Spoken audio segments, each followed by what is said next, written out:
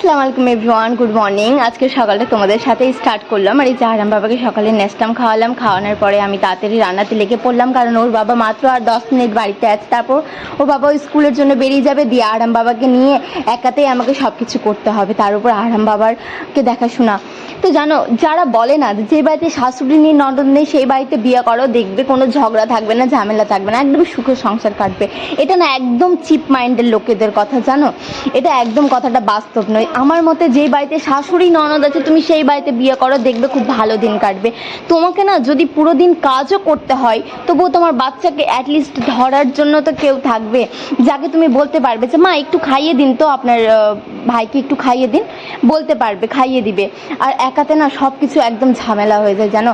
ওর বাবা আসলো রুটি করতে করতে, দিয়ে আমাকে বললো যে তুমি পুরো দিন কাজ করেছো, টায়ার্ড হয়ে গেছো, দাও একটু আমি তোমার হেল্প করি। তো ওর বাবা একটু মাঝে মাঝে আমাকে হেল্প করে দেয় যতটাই ফ্রি থাকে। তো এই যে আমার মতে না যে বাড়িতে শাশুড়ি আছে সেই বাড়িতে বিয়ে করে দেখবে খুব ভালো দিন কাটবে।